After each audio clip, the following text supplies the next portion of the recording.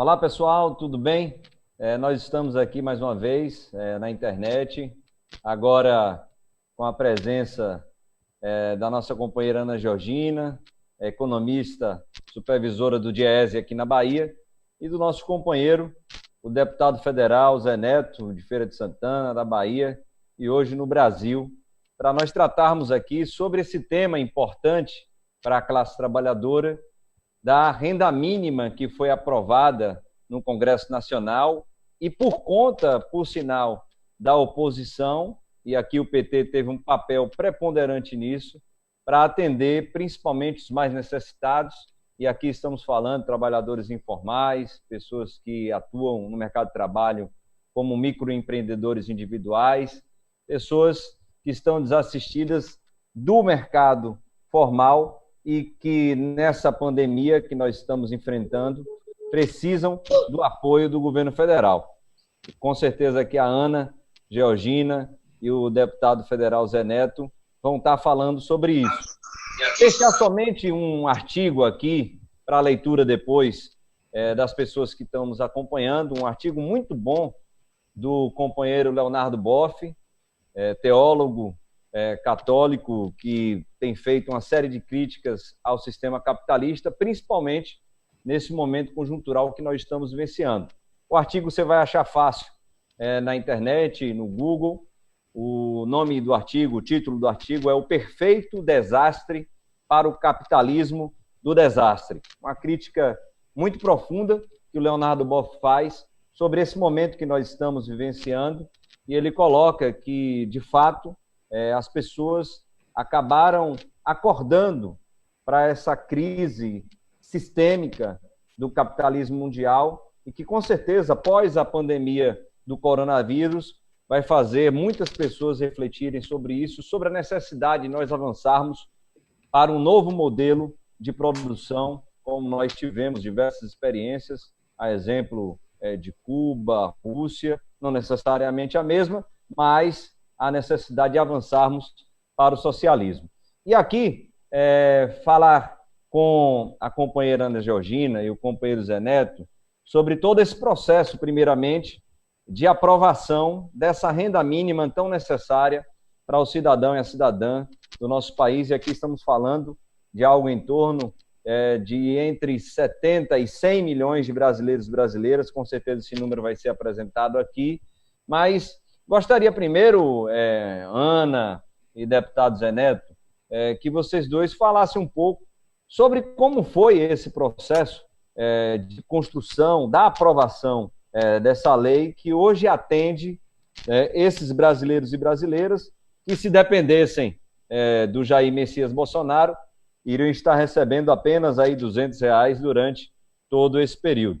Então, gostaria de ouvir aí primeiramente a Ana e depois o deputado Zé Neto, para falar sobre essa história e como foi a tramitação disso no Congresso Nacional, principalmente na Câmara dos Deputados e Deputadas. Companheira Ana Georgina, aí do Diese, primeiramente. Boa noite. Bom, gente, boa noite. Quero agradecer o convite, né, para participar dessa live.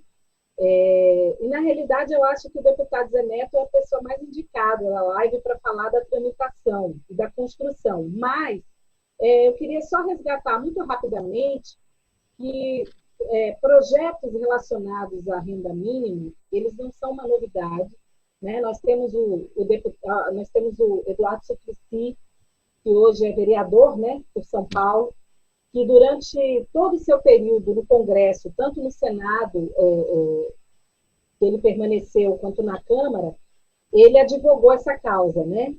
Essa causa da renda mínima sempre foi uma construção dele.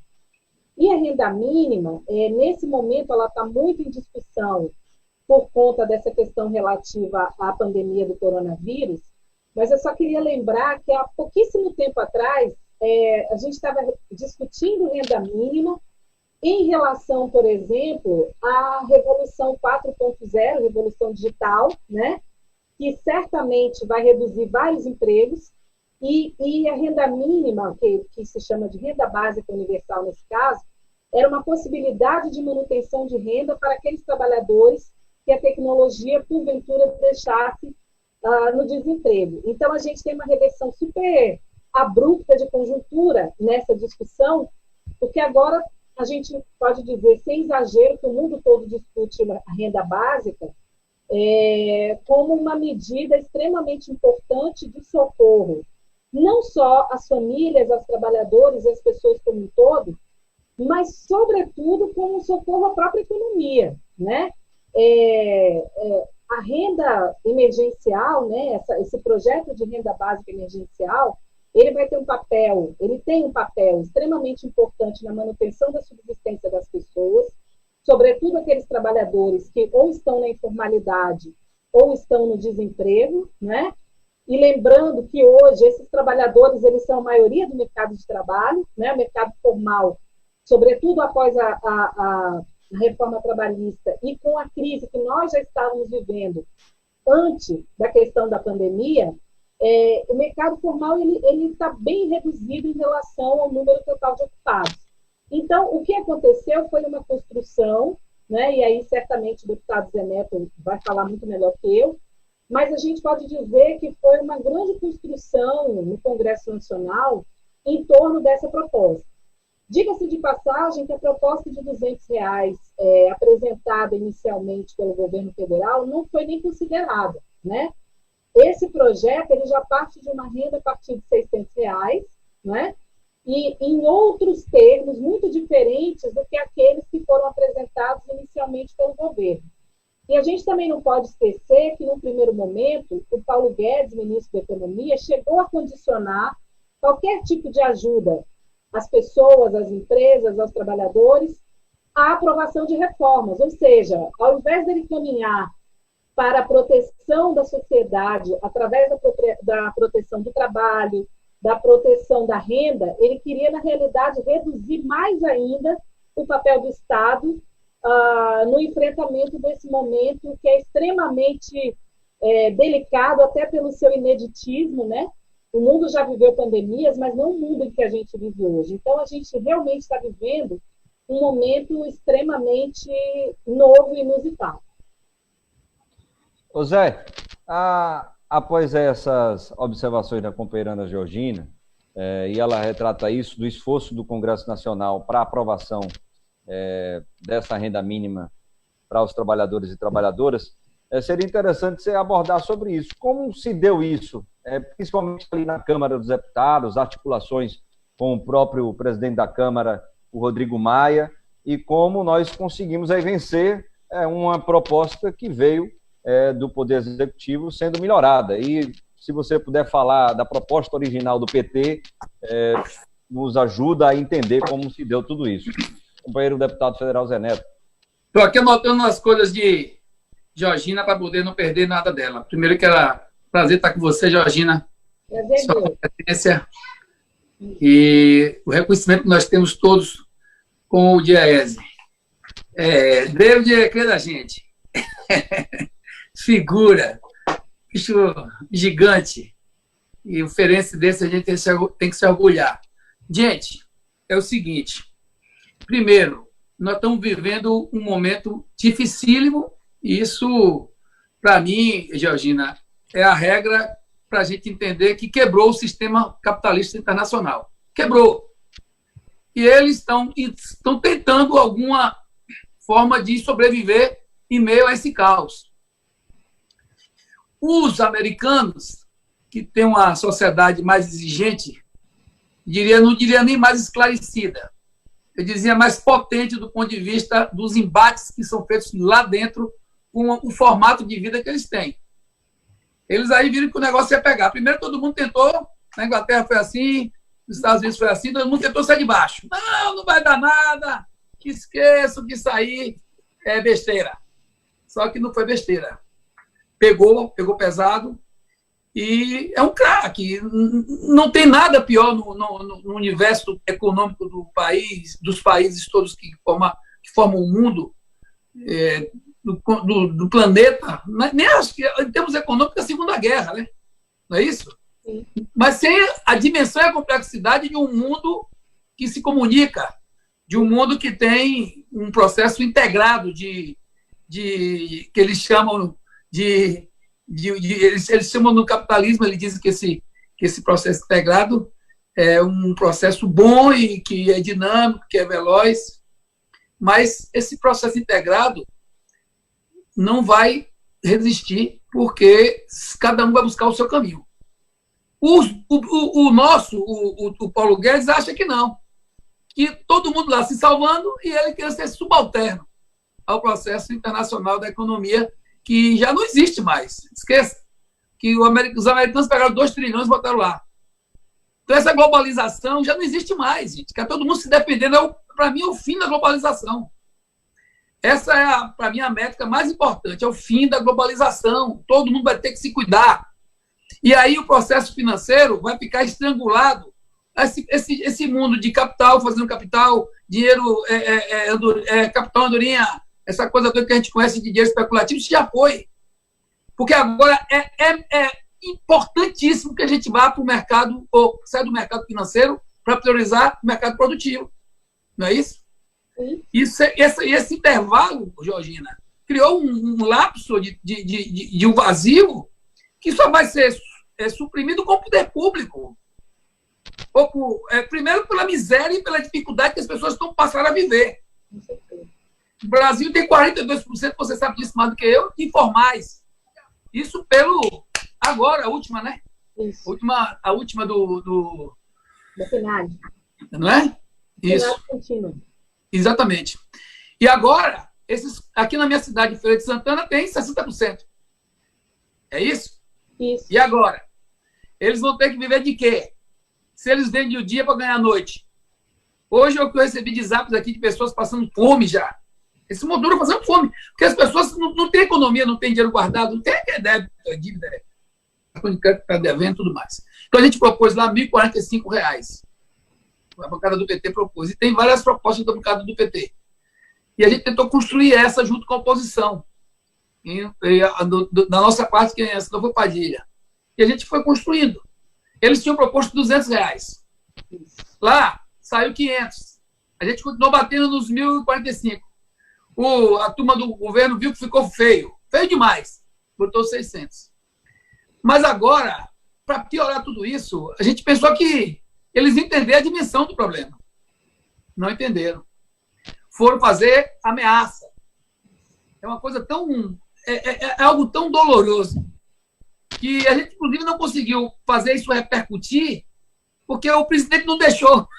O presidente fez uma fala tão maluca ontem que era para repercutir essa situação da ameaça de Guedes para o país, ameaça para o país e para o Congresso, que, diga-se de passagem, tem muita coisa que eu discordo, a gente está ali numa luta política que nós somos minoria, mas eu vou dizer a vocês, se não é o Congresso agora, nesse momento, eu não sei nem para onde é que a gente vai. Entendeu? A gente conseguiu ano passado, eu não fui a favor da Previdência, todo mundo sabe, mas aprovou algo. Foi o Congresso.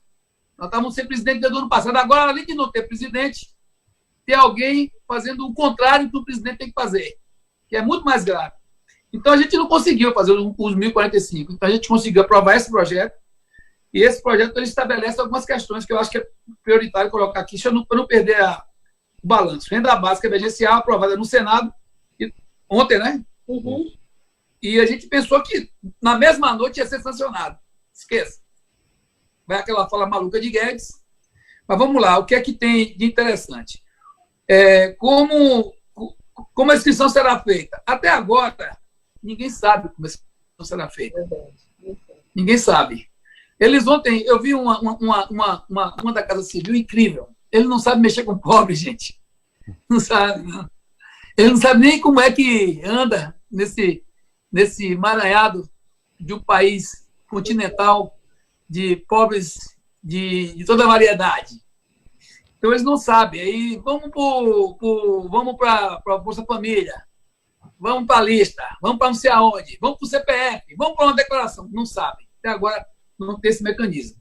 Então, a gente esperou, inclusive, que hoje saísse alguma coisa mais acertada, não saiu. O que eu acho que tem que ter nesse momento é abrir o CPF, informações mínimas, disseram que ia botar nos bancos oficiais. Eu acho que tem que botar em todo lugar. Se você botar em banco oficial só, vai ser um bolo. Então você tem que saber onde é que você vai fazer. Tem que fazer um grande mutirão nacional de hoje para quinta ou para sexta.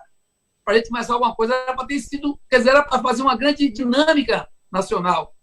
E até uma distribuição direta, quem já tem conta vai receber. Podia ser isso. Não é isso? Quem já tem a Bolsa Família vai receber. Não precisa se inscrever mais em nada. Quem tem cadastro do controle social já vai receber. Tem sentido. Aí deixava um pedaço para fazer, a gente ia no que tivesse de controle e que não tivesse, a gente abria parceria com loteria, com prefeitura, com Correios, com tudo, gente. Acho que tudo. Acho que é isso que está faltando. Esse é um aspecto. O outro aspecto é o que eles aqui... O outro aspecto. Perguntaram muito a mim. Como ficam os beneficiados, né? Aí você pergunta, quem serão os beneficiados? Vou botar aqui uma regrinha do que a gente aprovou lá, só para não perder o raciocínio. Eles, na verdade, com o depoimento de hoje, me parece que o que eles querem é botar um pouquinho mais para frente.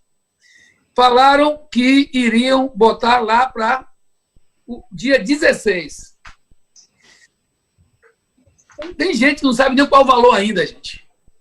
O valor, vamos aqui só para fazer o beabá. Quem está aí ouvindo a gente quer saber como é que funciona. Olha, o beneficiário vai receber R$600. Família monos, parentais chegando apenas, chefiados apenas pela mãe ou pelo pai, poderão chegar a R$1.200. Então, tem uma pessoa tomando conta da família. Tem 2 lá, pode chegar a R$1.200. É o chamado monoparentais. Isso. O outro, quem será o beneficiado? A pergunta que eu mais ouvi hoje. José, quem é que vai ganhar esse dinheiro? Quem é que vai receber esse dinheiro? E aí tem um detalhe, Georgina, que é o seguinte. Ontem, por exemplo, o pessoal de Salbara me ligou, vem cá, e os pescadores informais. Não é isso? Isso. A regra é a seguinte, trabalhadores informais, autônomos, desempregados e microempreendedores individuais, o MEI. Uhum. Outra, quem receberá? Quero outro. Essa coisa dos informais, gente, só para. Parece pequeno isso, mas não é, é grande. Informais, todos. Por exemplo, a manicure que não está podendo trabalhar. Autônoma, informal. O camelô, não é isso?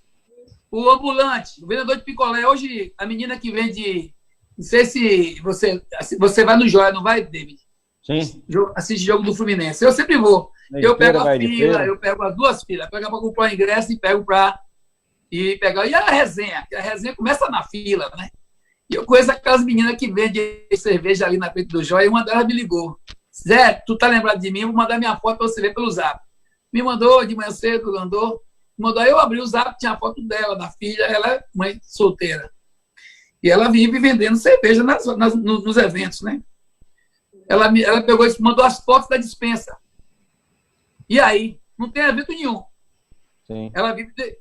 Ela faz esse biscate aí, passando fome. Aí eu pedi aqui uma amiga nossa para poder inscrever ela num desses planos que tem aí com essas entidades filantrópicas. Eu não posso ajudá-la, porque daqui a pouco vão pensar que é uma outra coisa. Mas é um dilema, porque essas pessoas vão passar fome. A partir dessa semana vão passar fome essas pessoas. Então, essas pessoas têm direito a receber. Pessoas com renda mensal até meio salário mínimo ou com renda familiar mensal total até 3 salários mínimos. Esse até R$500, mais ou menos, né? É até, ou seja, dali para baixo, está todo mundo incluído. Uhum. São 100 milhões de pessoas que devem ser atendidas no país. Então, a regra geral é mais ou menos essa. Construir essa formulação, nós temos aqui, podiam perder a noite aqui dizendo qual era a formulação para pagar, mas ainda não saiu nada para a gente desenvolver lá no governo federal. Então, nós estamos vivendo essa dificuldade. O governo ainda não apontou como é que vai pagar, a sanção está nessa confusão que vocês estão acompanhando. Eu espero que hoje à noite ainda a gente tenha alguma coisa positiva, porque fome não espera. Agora, para não falar muito, que vocês têm que falar também, só um detalhe que eu acho que está acontecendo. Ele é mais esperto, porque tem o cara que é inteligente, não é? Preparado, não é? O cara que vivido. E tem o cara que é espertão, Sabido. Viveu ali com aquela turma das milícias, não sei o quê, lá. Malandro. Ele é malandro. A malandragem dele qual é? Ele é contra o isolamento social. O isolamento social, porque ele está com medo do problema econômico que vai ter para ele enfrentar. Ele não tem competência nem capacidade. E quebra toda a lógica de Estado mínimo. Eles estão desesperados por uma coisa que deve estar doendo na alma deles. Sabe, isso aí deve estar doendo. Não existe mais Estado mínimo. Agora é o Estado maior do que o que se pensava, imaginava-se, porque é o Estado que vai ter que entrar nesse jogo com toda a sua determinação de Estado. Senão, não tem. Acabou o Brasil. Quem pensava em Estado mínimo, esquece que a decisão social agora vai ser o foco maior que a gente vai ter para sair dessa crise. Ele aí ficou contra nessa confusão toda, que quebra toda a lógica deles, né? Ele não tem isso na cabeça, não, mas deram um bocado de medo nele. Quando ele viu que o negócio não andou, que começou a se queimar, que Trump deu para trás, que ele deu aquela ratada ontem lá com o negócio do OMS, Organização Mundial de Saúde, ele aqui, só sabe de uma, vamos dar um migué, vamos pagar lá para o dia 15, 16, a turma não vai aguentar e vai para a rua. Sim. É essa a lógica desse cara, porque a lógica do que está se fazendo na Itália, na Espanha, na Alemanha, Estados Unidos botou 2 trilhões de dólares. 2 trilhões de dólares, ó. Vamos fazer dinheiro aqui, não tem conversa, ninguém pode parar. A Inglaterra, Roberto Figueiredo, disse que, ó, aqui estão pagando para a gente ficar em casa. Todo mundo recebendo dinheiro, fica em casa. Eu entrei com 2 medidas, que vamos ver se a gente aprecia semana que vem. Uma é para cuidar do cartão de crédito. Aproveita agora, ó, o cartão de crédito é 100%, amigo. Esses caras também tem que... Qual é a onda?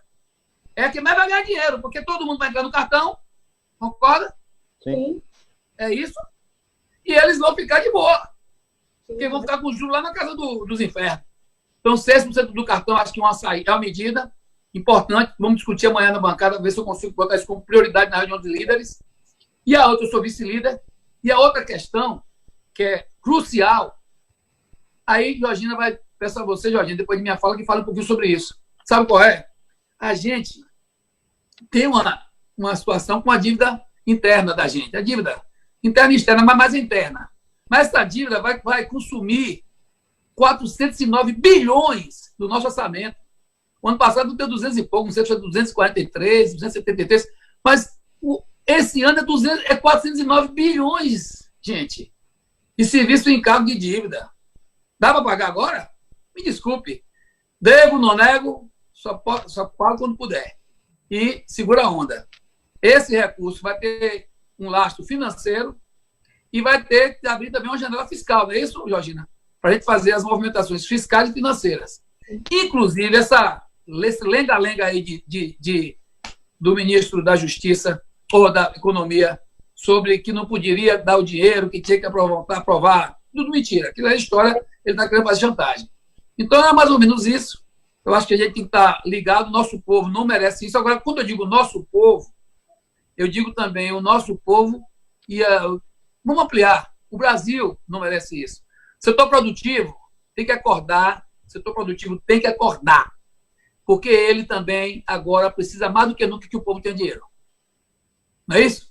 Sim. É isso. Acho que agora está todo mundo... O Papa Francisco disse uma coisa muito legal.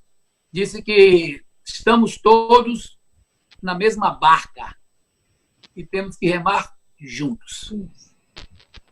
Ô Zé e Ana, na fala do deputado Zé Neto, ele faz menção justamente aos vultuosos investimentos, não são gastos, mas investimentos que alguns países têm feito, Ana. E para a gente avançar aqui com relação ao outro ponto que a gente está abordando, sobre os impactos e quais as ações que são necessárias a partir de agora. Como vocês bem colocaram, apesar de ter sido aprovado pelo Congresso Nacional, ainda não conseguiram fazer com que esse recurso chegue à mão da população. Mas é verdade, outros países estão colocando na economia volumes gigantescos de recursos. Eu estava dando uma olhada no material do próprio Diese, que a Ana Georgina tinha me enviado, depois do Clovelmar, a Ana acabou me mandando também, mostrando que a Alemanha, por exemplo, ela já injetou na economia algo correspondente a 30% do seu produto interno bruto, seu PIB. Reino Unido, 17%. Espanha, 17% do PIB. Estados Unidos, como disse aí o deputado Zé Neto, mais de 2 trilhões de dólares, correspondentes a 11% do PIB. E o Brasil, até então, somente recursos na monta correspondente a 3% do produto interno bruto brasileiro. Quais seriam, então, as outras ações necessárias, através da movimentação, não do Estado mínimo, não da mão invisível que regula o mercado, mas do Estado brasileiro, para a gente passar por esse momento que deve se perdurar aí por mais 20, 30, ou quem sabe até mesmo os 40 dias que a China enfrentou, mas com todas as consequências que a pandemia vai ter para a economia brasileira. Quais seriam, então, as outras ações necessárias que o governo federal deveria fazer, obviamente, a partir aí de um diálogo com o Congresso Nacional, que o deputado federal Zé Neto faz parte? Ana Georgina.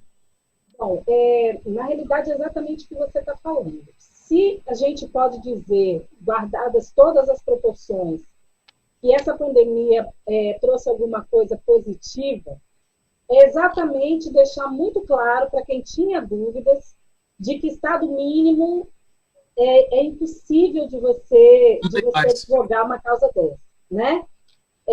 Por exemplo, se a gente tem minimamente um sistema de saúde que vai conseguir atender uma boa parte da população, é porque não foi baseado numa ideia de Estado mínimo, né? Se a gente ainda que tenha acabado de passar por uma reforma, um sistema previdenciário que minimamente ampara as pessoas, tanto em caso de aposentadoria, pensões, a própria assistência social com os benefícios de prestação continuada, se a gente ainda tem minimamente esses mecanismos, eles não foram criados com vistas ao Estado mínimo. Então, essa tese agora, ela cai por terra, né? Os países mais conservadores, os países que têm um receituário mais neoliberal, eles estão se rendendo, né, a um Estado que a gente pode dizer que, nesse momento, não teria uma nomenclatura. A gente não pode dizer que é um Estado de bem-estar, mas a gente poderia dizer que é um Estado de amparo social, né? Criando uma expressão para a gente poder entender. Na realidade, o que se fez até agora, na realidade, é muito pouco e não foi o governo federal. Se a gente pensar a questão da agilização da aprovação, tanto na Câmara quanto no Senado, e a melhoria do projeto de renda emergencial, isso não passou pelo governo federal. As medidas tomadas nos estados e municípios, na realidade, estão sendo tomadas à revelia do governo federal, né? Então, basicamente, a primeira coisa que o governo deve fazer é esquecer as restrições fiscais que ele tem. E aí, quando eu falo disso, eu estou falando muito especificamente da Emenda Constitucional 95, né? Que é o teto de gastos, e o próprio orçamento que foi elaborado lá em 2019 para ser executado em 2020. Esse mundo não existe mais. Não, acabou tudo. Né? Desmonta todo. A nível fiscal, não existe mais. Né? Acabou. Isso não existe. Né? Uma outra coisa que o deputado falou e que é verdade, essa coisa da dívida, a gente sabe, a gente já discute isso muito antes de ter a pandemia, né? O que se consome de orçamento, e vale lembrar, para quem não sabe, para quem esqueceu, que a parte financeira do orçamento ela não é congelada como a parte primária. O que é a parte financeira? Toda a parte relativa à dívida, rolagem, serviço, pagamento de juros, né? Então, enquanto todo o orçamento primário, que é o que faz o Estado funcionar, saúde, educação, investimento, previdência, está amarrado num orçamento congelado, essa parte financeira ela não está. Então, o fato dela não estar, talvez devesse dar alguma flexibilidade ao governo, não é? Ainda que não fosse um calote, que nem é isso que está se colocando, mas uma postergação do pagamento, né? Nós já chegamos a pagar 500 bilhões de juros no ano, né? E vale dizer que a redução no montante pago com juros é por conta da redução da Selic, que é a taxa básica, né? Não é que a dívida se reduziu, porque a gente paga e a dívida ela continua crescente, né? Claro. Então, assim, isso é uma questão. Outra questão, nesse momento, a gente não pode pensar em tributar renda, nem tributar produção, né? Então, basicamente, seria um momento extremamente propício de se tributar, de se taxar o quê? Patrimônio, né? Patrimônio é diferente de produção, né? Produção é aquilo que você faz, que você gera emprego, que você gera renda, que você gera arrecadação, que você faz a economia funcionar. O patrimônio, basicamente, é o bem privado, né? É o patrimônio daquela pessoa que pode até ter alguma atividade produtiva. Então, eu estou falando isso para dizer, por exemplo, da taxação, ainda que em caráter emergencial, de grandes fortunas e grandes patrimônios, né?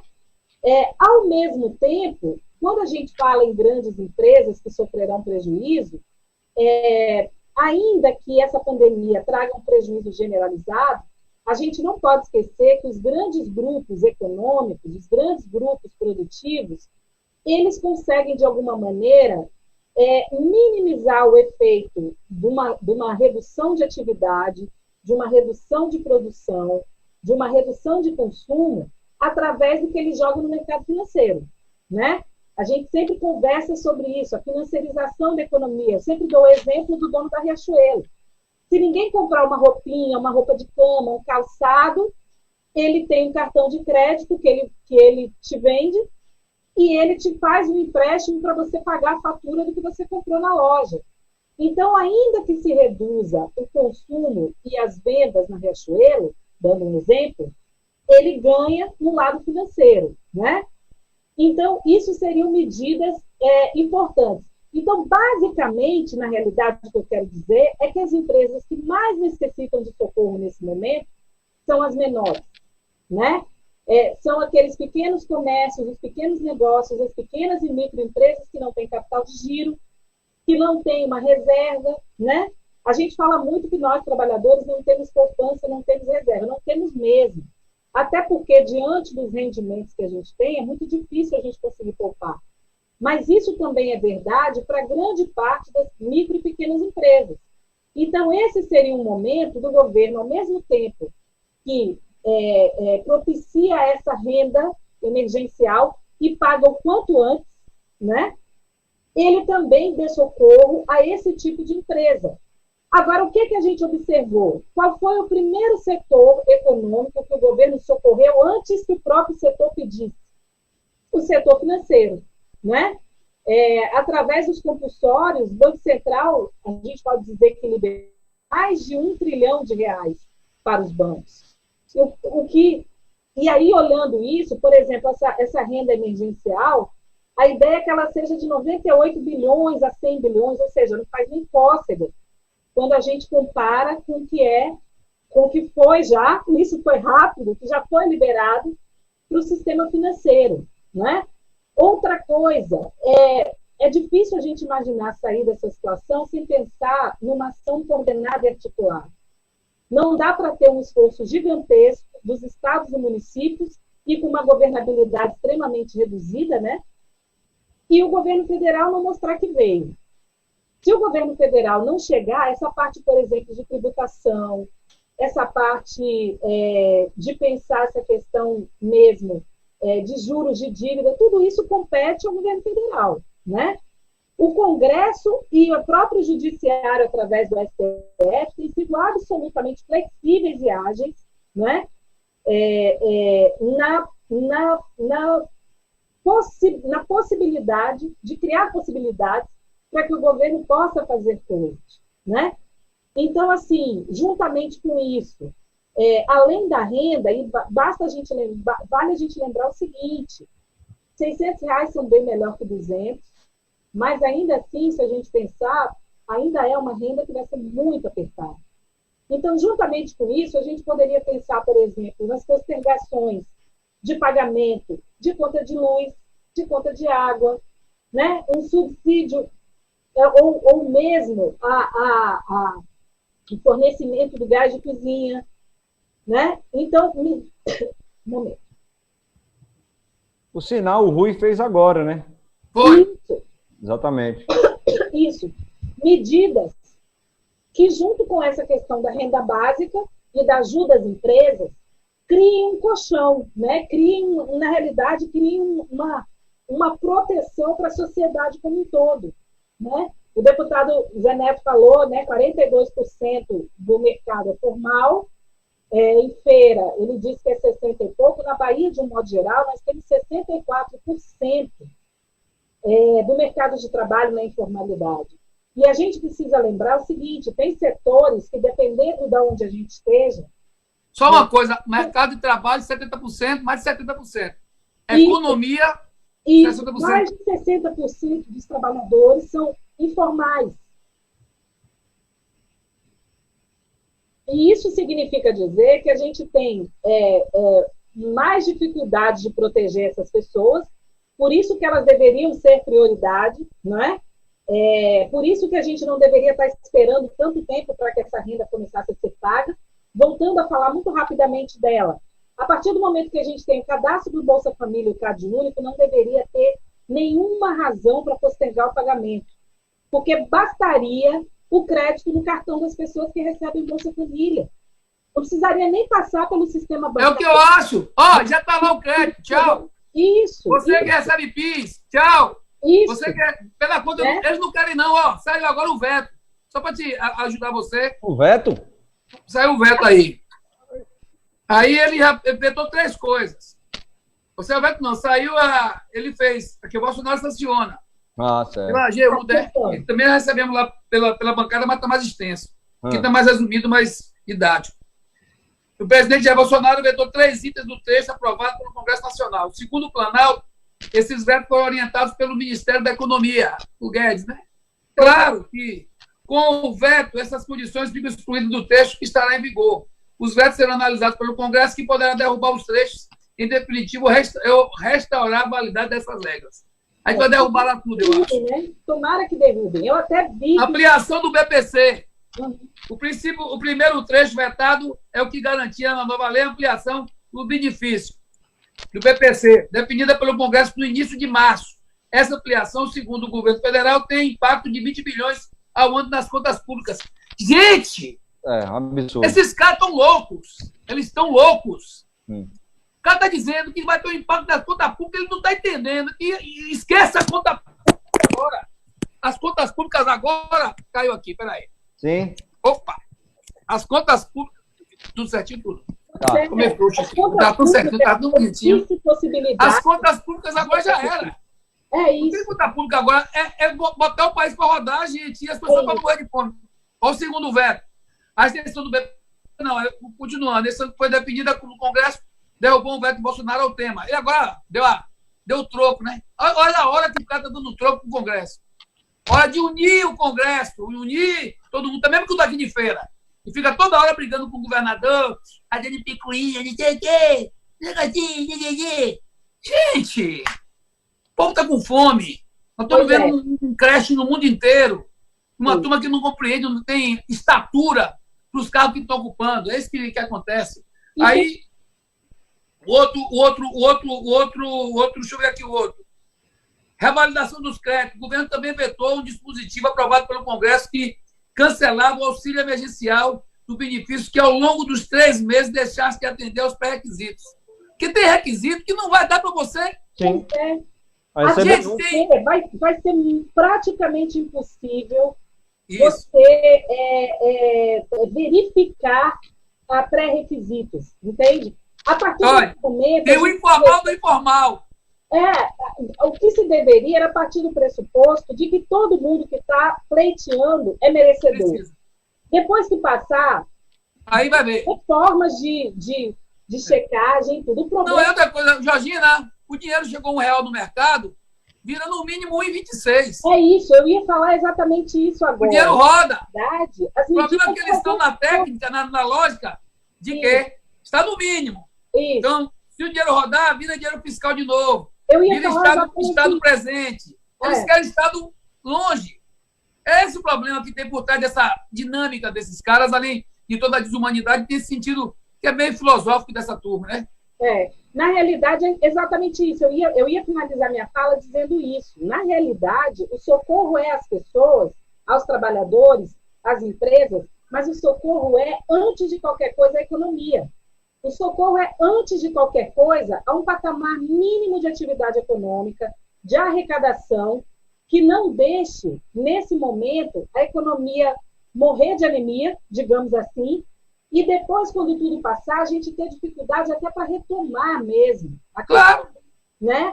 Então, assim, na realidade, não é simplesmente a caridade, filantropia. Olha o que ele disse aqui no veto. Política econômica. Ouça, a pérola do veto. Segundo o governo, esse ponto contraria o interesse público. Caramba. E gera um esforço desnecessário de conferência mês a mês, de todos os benefícios que estarão sendo pagos. O Ministério da Cidadania defende que é preferível concentrar esforços nos custos operacionais na construção de outras medidas de enfrentamento ao Covid. E o terceiro veto, restrição à conta bancária. O Palácio do Planalto também decidiu vetar uma regra que restringia o tipo de conta bancária onde o auxílio poderia ser depositado. Pelo texto aprovado, o benefício só poderia ser pago em conta do tipo poupança social, digital, de abertura automática, em nome dos beneficiários. Mas aí ia retirar a receita dos bancos. Claro! Criada para receber recursos exclusivos de programas sociais de PIS.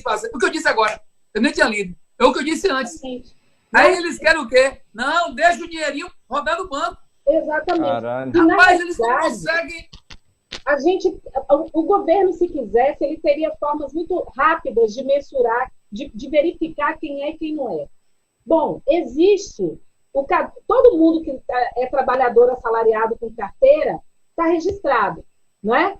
Sim. Todo mundo está registrado. Então, se você não está lá, e se você não está nos cadastros da Previdência ou na assistência social, você é um trabalhador informal se você tiver mais de 18 anos. Então, assim, não tem grandes mistérios de você definir isso, entendeu? Ainda que não seja um trabalhador, por exemplo, a gente vai dizer que numa família onde tenha, até porque uma coisa que a gente não pode esquecer, esse benefício não é só para informais, ele é para desempregados, microempreendedores e para os informais. Então, se eu não estou, ainda que eu não tenha uma atividade informal por conta própria, autônoma, mas se eu estou em idade ativa e eu não tenho trabalho, eu sou o quê? Eu sou um desempregado, né? Então, a rigor, eu só estaria fraudando se eu fosse um trabalhador formal ou do setor público, ou se eu fosse um aposentado, pensionista, alguém que recebe DPC. Tudo fora disso é elegível a receber, né? Então, a gente verifica que, na realidade, eu também corroboro completamente a sua tese. Eu acho que é esperar um tempo para que o caos se estabeleça e a narrativa dele se mostre verdadeira, né?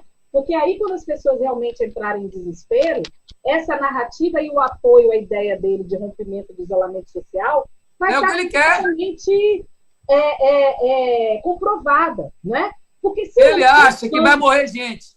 Isso. Só que ele está naquela ideia de Trump. O filho disse isso lá. Normalmente morrem pessoas nesse período de gripe.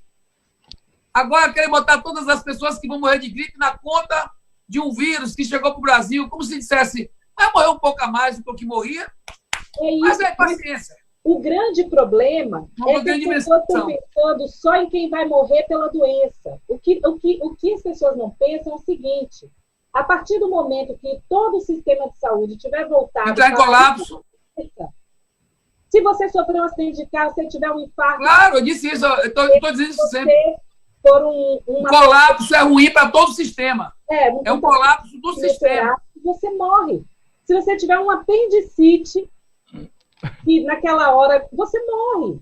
Então, é isso que as pessoas não conseguem entender. Aqui já tem 4 profissionais de saúde, 4 Sim. Já com problema. Que a gente sabe. Tem Claro que tem sub... Ainda tem a questão da subnotificação, porque também o papel do governo de adquirir os testes e testar o máximo possível da população, que é uma medida que nos retiraria antes da possibilidade aí dessa questão do isolamento social, é inexistente. Como é que a gente vai ter certeza que pode romper sair do isolamento social se a gente não sabe quantas pessoas de fato estão doentes? Porque tem o SUB, a turma da saúde vai ficar doente. Pois ontem, no Einstein, foi no outro que apontou 174, com a subnotificação, tem 174 que foram afastados ontem.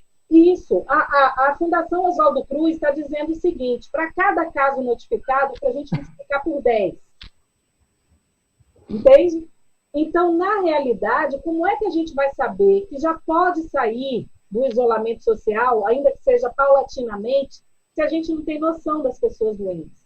Então, assim, a pouca vontade do governo de fazer alguma coisa não é só em relação ao pagamento dessa renda, não é só em pensar linhas de crédito, taxações especiais, emergenciais, não é só nisso. Mas na própria gestão da crise sanitária, né, como um todo, o governo o presidente prefere falar de um remédio sem nenhuma eficácia comprovada do que adquirir os testes para saber quantas pessoas estão doentes de fato, né? Ou de ajudar estados e municípios no enfrentamento a isso. Se a gente sair disso mais rápido, e eu acho que, né, eu espero que a gente saia, vai ser basicamente pelo esforço dos estados e dos municípios. Né? Economicamente, o que você chama de mais rápido, não vamos nem falar, porque hoje eu ouvi uma pessoa, que até vou reservar aqui para não dizer quem foi, que me disse o seguinte: eu acho que nós não vamos estar em 60 dias fora desse pepino. Pois é. E a gente vai começar gradativamente, daqui a 60 dias, começar a respirar e ver onde é que a gente vai se movimentar. Isso. É o tempo que a gente vai organizar melhor o nosso sistema de saúde, Isso. ampliar. E eu penso assim também, o número de leitos de UTI, resguardar, não dá para não vai poder ser assim.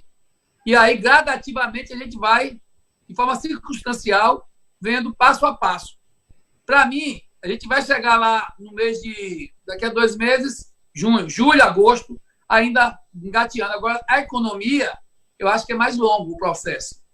Bem mais longo. Não vai ter essa... Se o governo federal entrar com determinação, com gosto de gás, e depois sabendo que depois que acabar tudo isso, a conjunção vai ser outra, porque vai ter muito dinheiro no mercado, ele vai ter que botar dinheiro no mercado. Sim. E esse dinheiro vai ter que escorrer, no meu ponto de vista, no processo de desenvolvimento regional. Senão vai virar inflação, senão vai virar um bocado de coisa. Se não tiver agora onde desaguar desenvolvimento regional e produtividade, na minha cabeça, nós vamos ter um pepino. Então, ele vai ter que, daí diante, se recompor com a sociedade, com o setor produtivo, para dizer, eu vou ter que fazer aqui um grande processo de desenvolvimento regional, vamos fazer muitas linhas para a coisa se reestruturar, senão vai virar um caos. Você com muito dinheiro no mercado, sem expansão do consumo, do ponto de vista organizado, com empregados, com pessoas buscando novos investimentos, empresas acreditando que dá para seguir em frente. Aí, se não for assim, Jorginho, eu acho que vai ter uma situação dificílima. É isso? O DIEESE, nós preparamos 3 cenários, né, de saída disso. Um que a gente chama de um cenário otimista, e aí eu digo de novo, dei o desconto, né, desse otimismo. Um otimista, um realista e um pessimista, né? Pelo cenário mais otimista, a gente imagina o seguinte: se o governo, ele de fato se empenhasse, né, além dessas medidas, ele criasse outras, ele articulasse as medidas, ele dialogasse com a sociedade, tomasse pé do que está acontecendo e fizesse o que tem que ser feito, e se o tempo também da pandemia ele não fosse muito longo, no mínimo, no melhor cenário, o PIB teria uma redução aí de 2,1%. Essa redução de 2,1% no PIB significaria mais 1.100.000 pessoas desempregadas. Isso no melhor cenário. O que significaria dizer que a gente passaria de 13 milhões de pessoas desempregadas.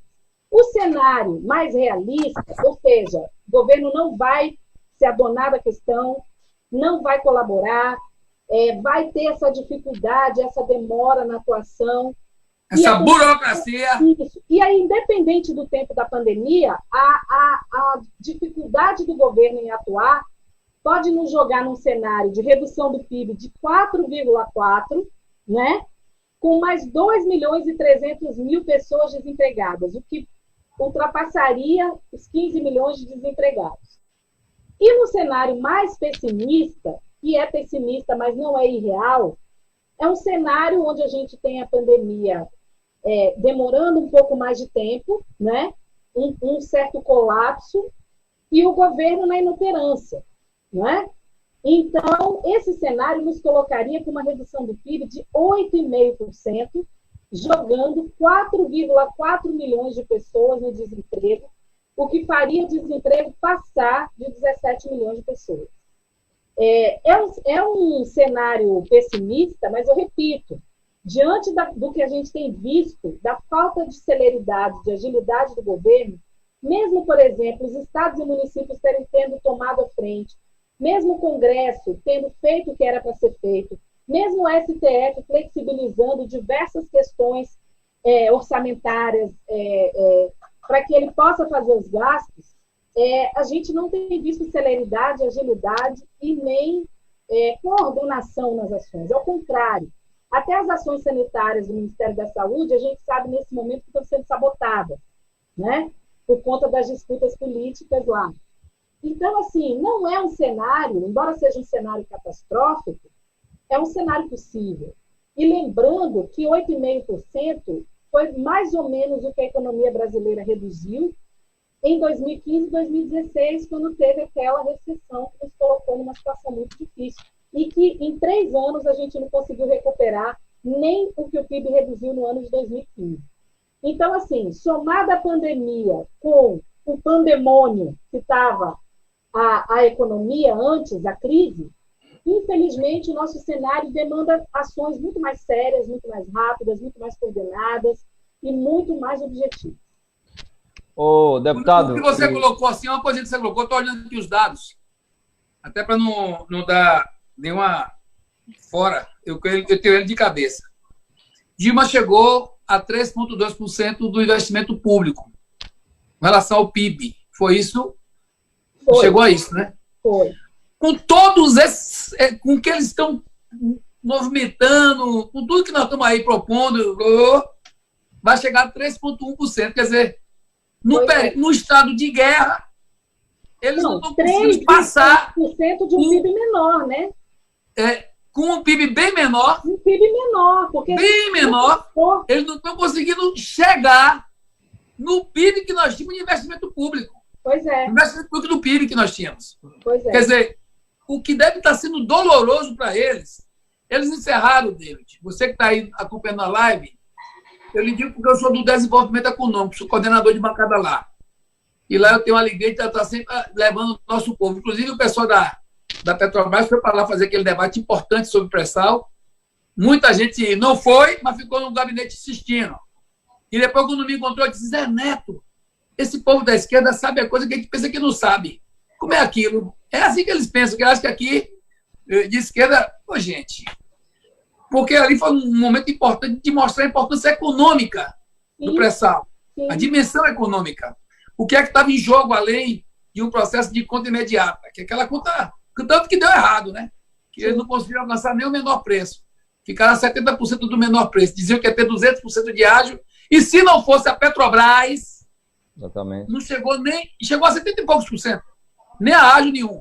Era a Petrobras que acabou comprando, graças a Deus. Mas vem coisas pela frente.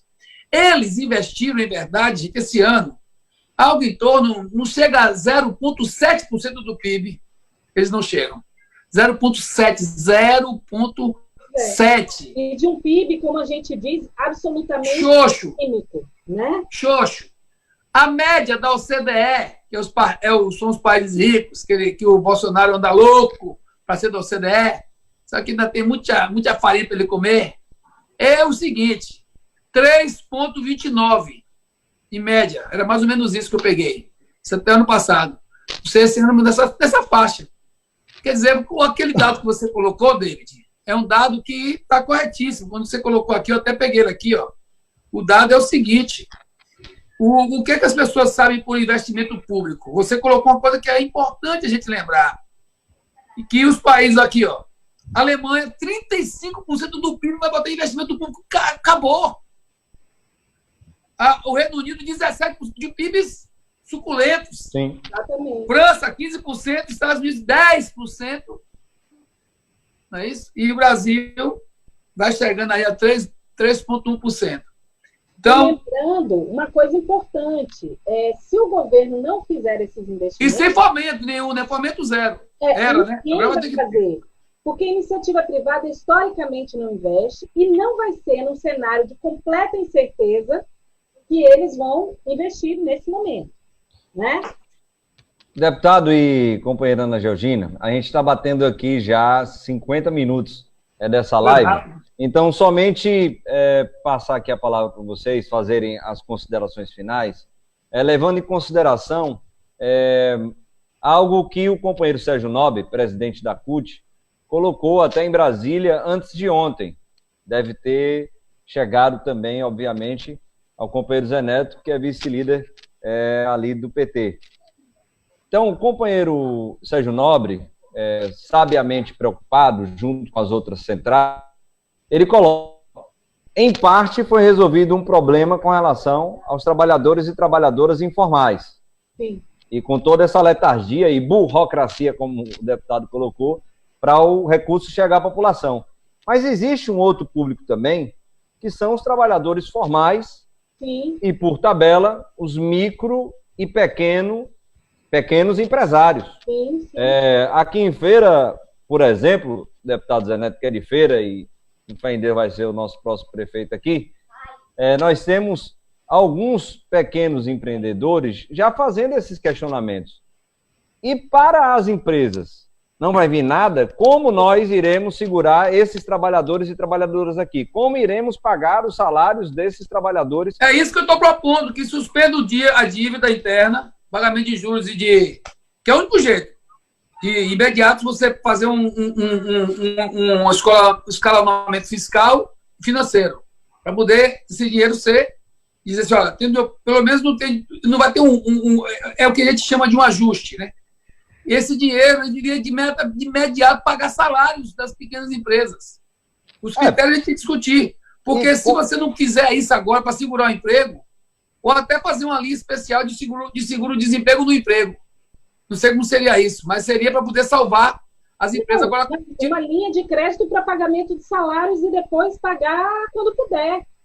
Até porque... Mas eles estão fazendo isso com a Caixa Econômica, com uma dificuldade imensa, para daqui a 5 meses já ter juros, ter speed bancário. Mas isso não é inteligente. Né? Não é. Fazendo as minhas considerações, isso não é inteligente porque quando as empresas precisam demitir seus trabalhadores, o que vai acontecer é que ela vai tirar mais gente, né, do mercado de trabalho, jogar no desemprego e que, de alguma maneira, o próprio Estado vai ter que amparar essa pessoa. Só que essa pessoa empregada, lá na frente, o governo pode recuperar todos os tributos, toda a contribuição previdenciária, não é? A pandemia não vai durar para sempre. Uma hora as coisas vão ter que, pelo menos, voltar a acontecer. O que se pede, na realidade, é uma postergação, um adiamento, não é? As empresas mantendo seus trabalhadores e os trabalhadores tendo renda, consumindo e mantendo ainda que minimamente a atividade econômica, porque a própria atividade econômica também gera arrecadação, gera recurso para o governo, né? Ainda que num montante muito menor do que seria com a atividade econômica acontecendo, mas não fazer isso é você destruir a sua capacidade produtiva, é você reduzir muito mais o consumo. E lembrando uma coisa, até mesmo o comércio internacional ele vai ficar muito complicado, né? As pessoas não vão comprar. A gente aqui, até por ser fornecedor de produto primário, alimento, talvez ainda tenha alguma janela, mas mais ou menos, né? Não vai ser na mesma proporção que a gente vende. Então, até mesmo o nosso comércio internacional, ele vai ter uma queda. Se a gente minimamente, internamente, não mantiver uma atividade econômica, aí sim é terra arrasada, entende? Então, não é racional, do ponto de vista do governo, ele jogar todo mundo para o desemprego ou para o layoff, suspensão de contratos com redução e suspensão de salário, e o próprio governo depois tem que socorrer as pessoas. Né? Eles vão, se eles perceberem, eles não podem aniquilar a galinha dos ovos de ouro, que é o consumo. Isso. Que é o movimento econômico, que é o desenvolvimento regional, que é o pequeno na ponta se movimentando novamente. Isso. As formiguinhas nunca foram tão importantes para o Brasil como você agora. 65% do PIB brasileiro, ele é suportado pelo consumo das famílias. Ao contrário do que as pessoas pensam que só a empresa gera riqueza, na realidade, a empresa só produz porque tem quem consuma. Então, 65% da riqueza que é gerada no PIB é gerada porque nós consumimos. Né?